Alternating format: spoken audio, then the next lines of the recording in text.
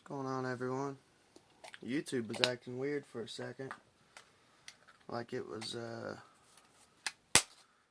not letting me film, which is odd. Today I'm gonna make a little short video. I have to do one more class and I'm done with schooling for the year here in a minute. And did my taxes today, so I got $500 coming back, which is dope. It's not as much as I wanted, but it's enough to get my car fixed. I could start getting a different job, new job here where I'm living, something better for some more money. Which now that I'll have my car up and running and stuff. Me and Sammy can go put out some more ghost hunting videos and stuff. So y'all can look forward to that on the channel. Today I'm actually going to read, as weird as it sounds, the Bible. That's my Bible there with the Celtic cross on it. I'm not actually Christian, but I don't know, the deeper you go into conspiracy and rabbit holes and even ancient astronaut theory, like, it's all tied together.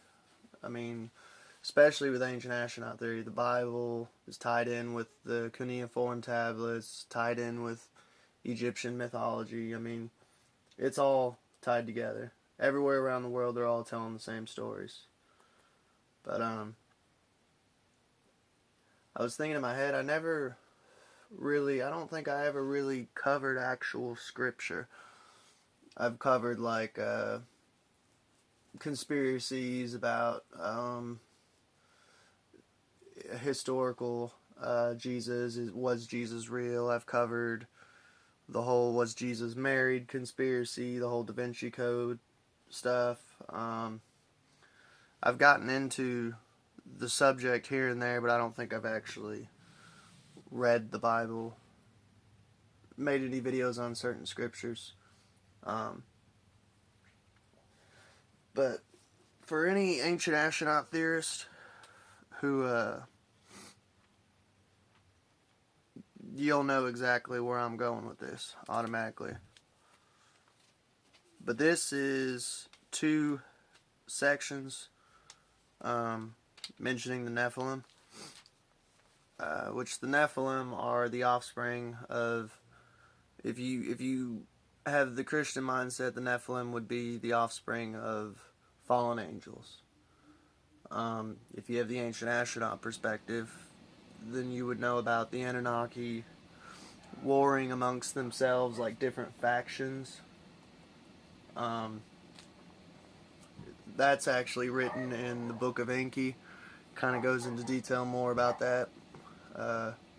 Which I have a video on that. Check it out if you haven't seen it. It's an awesome book. Probably one of the best books I've ever read. Probably one of the top books. But yeah, it gets into that.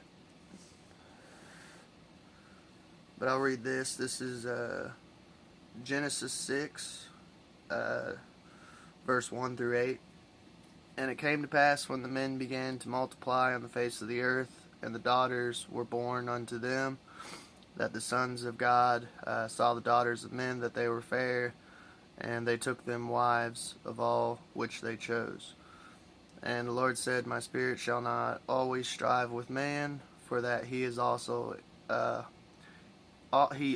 is flesh.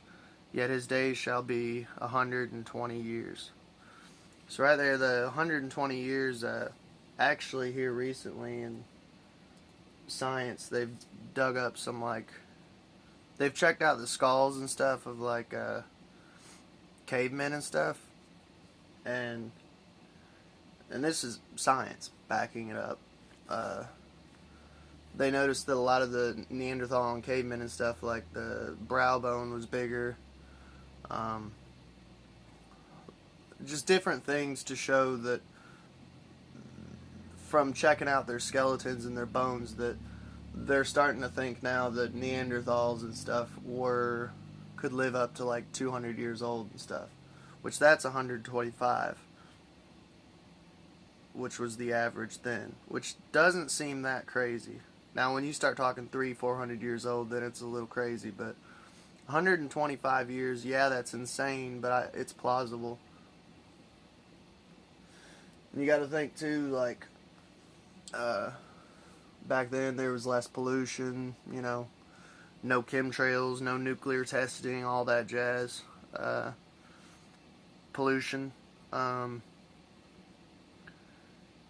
thing too, like, if you believe in the ancient astronaut theory, like, when the gods, you know, altered the primitive man, spliced the DNA with God DNA, essentially alien DNA,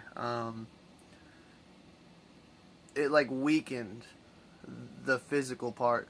Yeah, we became smarter, you know, but we lost, like, we became more book smart than street smart. We lost like our physical ability to be as strong, as we aged worse, and then from then on, like, Homo erectus, like, eventually it's like making a copy of a copy of a copy of a copy of a copy. You know, you take this book and copy it on a machine, and then make a copy of that copy and a copy of that copy. Essentially, the theory is that through each generation we're getting worse and worse and worse and worse physically, which makes sense. I mean, we combat it, you know. Like, you look at medieval times, you were an old man if you were 30, 40 years old. But now with medicine and stuff, you know, that kind of, we're combating that. We can live longer than medieval times, but we don't live as long as primitive man. It's just a theory.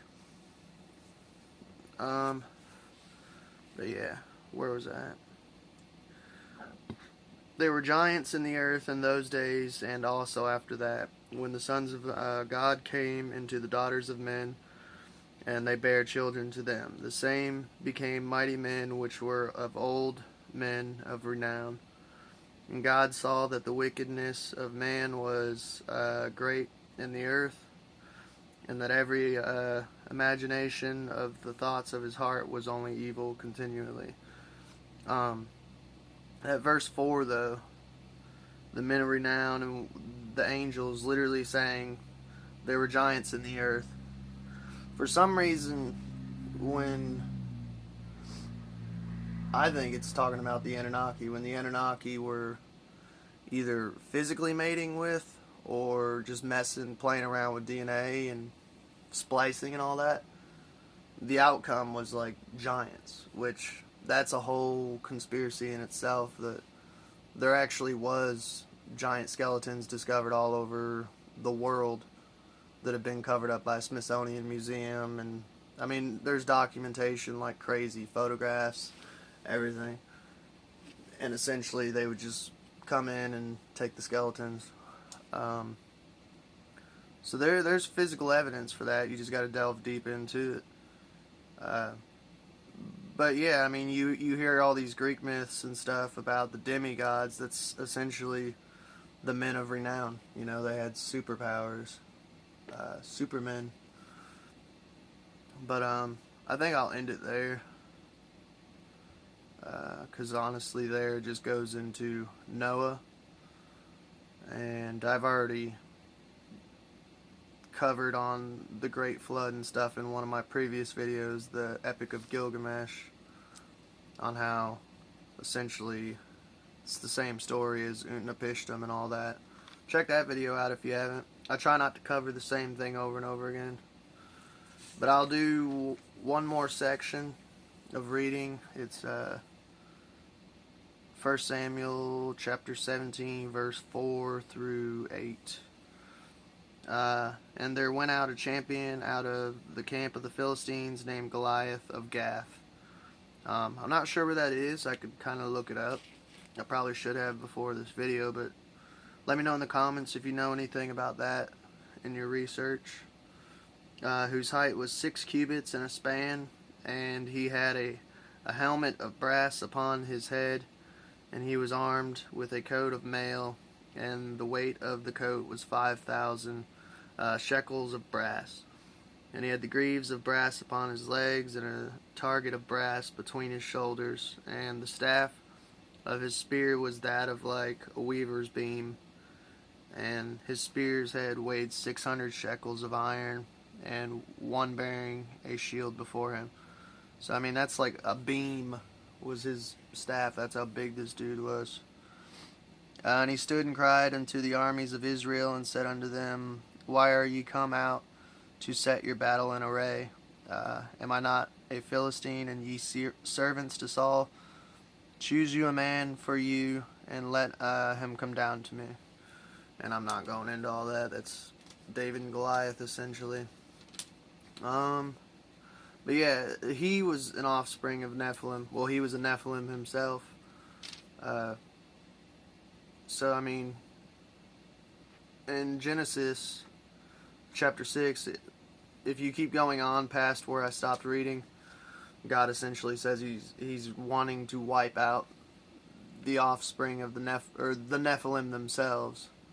Apparently, he did not do a good enough job, because you have Goliath later on. And then that gets into King David and his royal bloodline, which is a whole rabbit hole into itself. This thing connects rabbit holes like crazy. I'm not Christian myself, but I still use it because everything's connected.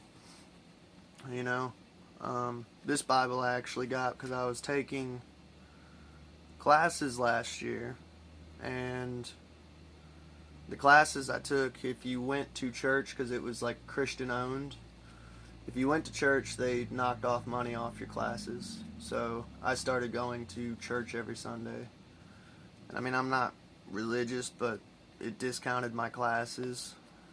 So I was like, I mean, I'm poor, you know. And if anything, I just went in with a mindset of just try to learn some form of lesson from it, you know. But that's about it.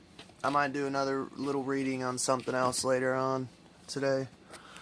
I gotta do schoolwork, so y'all have a good day.